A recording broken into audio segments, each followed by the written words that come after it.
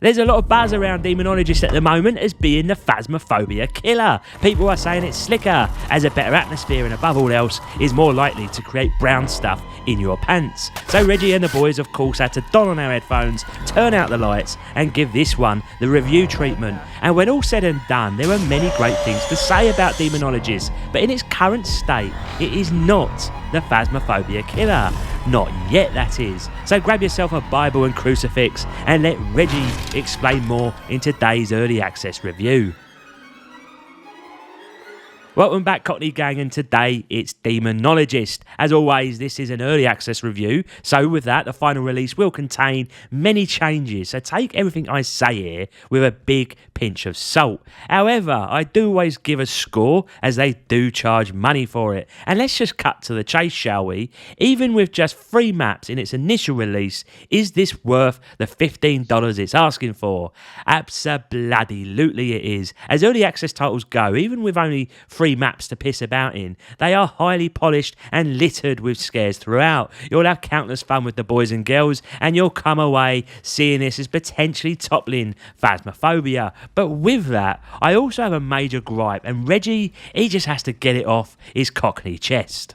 You see, Demonologist is Phasmophobia in so many ways that it's almost shocking as to how brazen they are with it. It's like your wife telling you she's been cheating on you, only for her to then invite the bloke around for dinner and a game night. You play as a 4 co-op team hunting ghosts with no weapons other than the tools at your disposal. At any one time, a team member could carry 3 items, each able to provide a clue as to the type of ghost that it might be. Once you discover something of interest, such as a ghost fingerprint, you could jot it down in your journal until you have 3 clues to give you the correct ghost. Piss the ghost off enough and you'll get hunted, with all doors closing around you as you scamper about seeking safety. Now, in that little mini synopsis there, you'll see it's identical to Phasmophobia in every single bloody way. It has the same type of ghosts, the same things happen in the house, such as books falling from shelves or lights turning off at random moments. You even have the same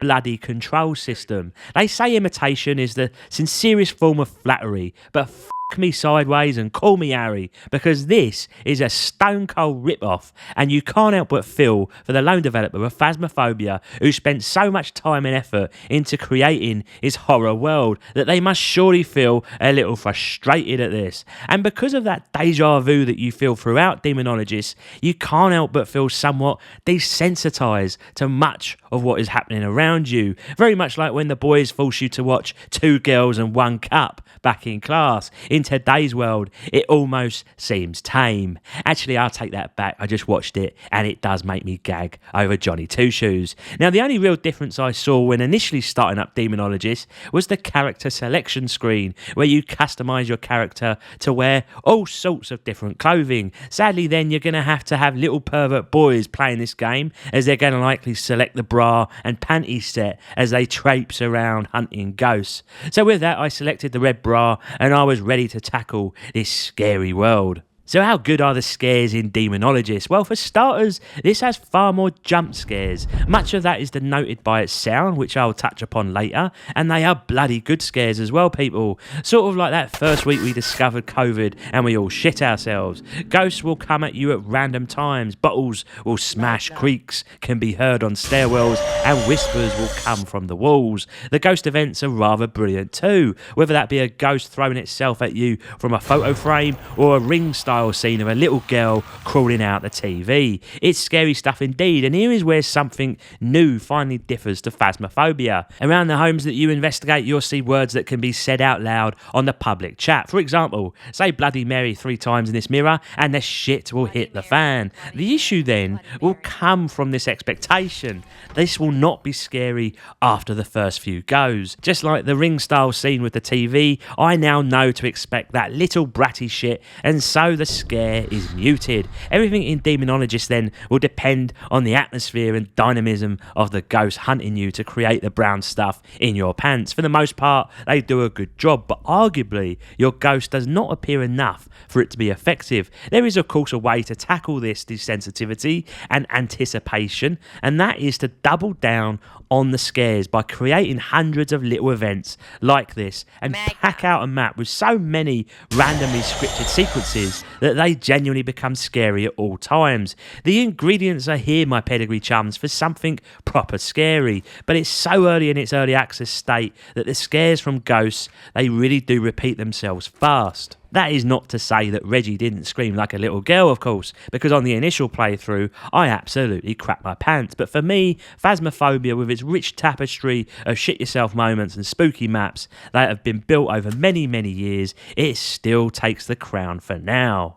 As for challenging, Reggie and the boys found this far more difficult than Phasmophobia, and that's not a bad thing. Finding clues does feel like it takes a lot longer than Phasmophobia, and the tools don't seem entirely accurate either, usually needing some time for them to kick in fully. Whether by design or bugs, Reggie actually quite likes that he needs to have patience with an EMF reader or a thermometer to understand if the ghost is located nearby. Additionally, the items you can buy between each level for successfully completing objectives are highly expensive. Again, this is a good thing as it means death has a genuine consequence here, and losing items and then needing to rebuy the tools can be detrimental to your wallet. Hopefully the developers can keep tweaking this to get it just right even in these early days, but the challenge, it feels good, and most importantly it feels rewarding. More so, another area of difference is that you get to cast an exorcism at the end of each playthrough, if you so decide, that is. It's a good way to keep you in the house longer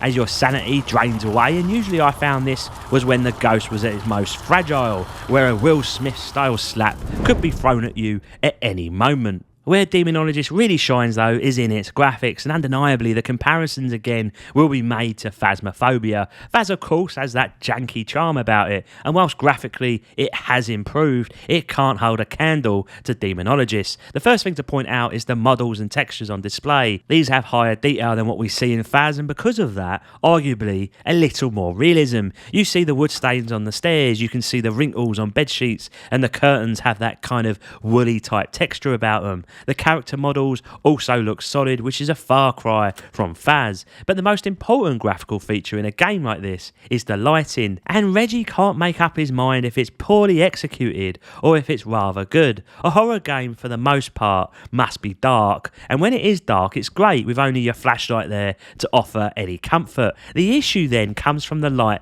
that does exist. At times it feels a little too strong, giving a glare to the room, and perhaps worst of all is the fact the lighting itself, it's flat. We need far more dynamic lighting in the scene so that it creates shadows naturally. That in turn would add far more to the atmosphere, and if there is a game genre calling out for ray tracing, then surely it's one like this. Take this scene here for example, as my dear wife, bless her heart, struggles to put her witch finger into the flames. Now you just forget her for a second, boys and girls, and instead pay close attention to the flames. They give off zero light to the surrounding environment. Or look at the bulbs overhead in this scene. There is next to no movement on the light source itself, even though the wind is bashing it to pieces. Or how about the fan light here, where there's an excellent opportunity to have shadows spreading throughout the room, causing all sorts of anxiety, but instead it's all just very flat, it's very dull. It of course still has atmosphere, but given Phasmophobia is the blueprint to improve upon,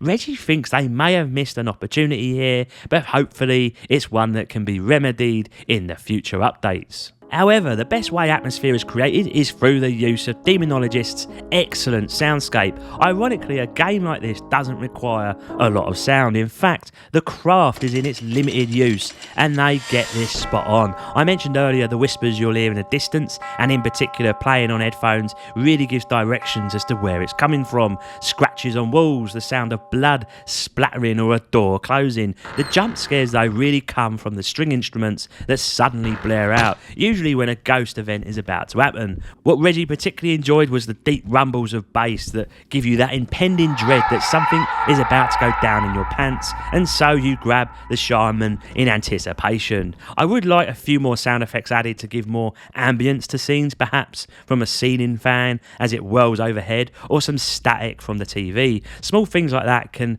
add up to be the sum of its parts, and they make a big difference. But even at this early stage, the sound is bloody good, people. So Demonologist then takes Phasmophobia and improves upon it in many ways. From its more realistic graphics, its more random and frightful ghost events, and arguably its challenge. It's a little disheartening then to not see a greater push into new territory to show that it was inspired by Phasmophobia rather than be a carbon copy of it. For that, it does feel like there are some missed opportunities. Instead, what you have in Demonologist is a refinement rather than an evolution of the co-op horror genre. At $13 though, it's a bloody steal, and it's highly recommended from the Cockney Gamer Gang. The score then is more reflective on the limited content so far at this early stage, but most definitely as we approach final release, it is sure to go up. But for my money, Phasmophobia right now still offers the better overall experience, but you feel it was only a matter of time before a game come along and challenged its throne, and Demonologist might just be that game. Until next time, my lovelies, Reggie out.